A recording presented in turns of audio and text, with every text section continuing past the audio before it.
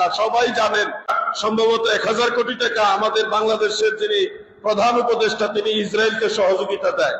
তো এখন আমাদের এটা বদনসিব, আমরা এই দেশ থেকে ইসরায়েলের বিরুদ্ধে হুঙ্কার দেই, আর আমাদের দেশের রাষ্ট্রপ্রধান 1000 কোটি টাকা ইসরায়েলকে পুরস্কার দেয়, বকশিশ দেয়। এটা আমাদের জন্য বদনসিব না?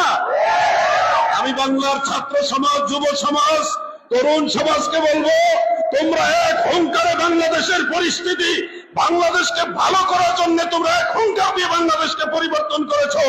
তোমরা আবার আরেক হুঙ্কার দেওয়ার জন্য প্রস্তুত হও।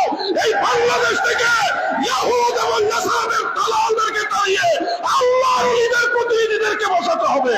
ইসরায়েলকে 100 কোটি টাকা সহায়তা দিলেন ডক্টর ইনুস। অসুতি ইনুস এ হলো বড় শয়তান। এই গ্রামীণ ব্যাংকের টাকা লইরে অনেক স্বামীর গছ ছাড়া হইলে এইরকম অনেক বউ আছে, ঠিক না? এই সুতি ইনুসকে আমি বলতেছি, আমার মনে হয় তার জন্মেরও সমস্যা আছে।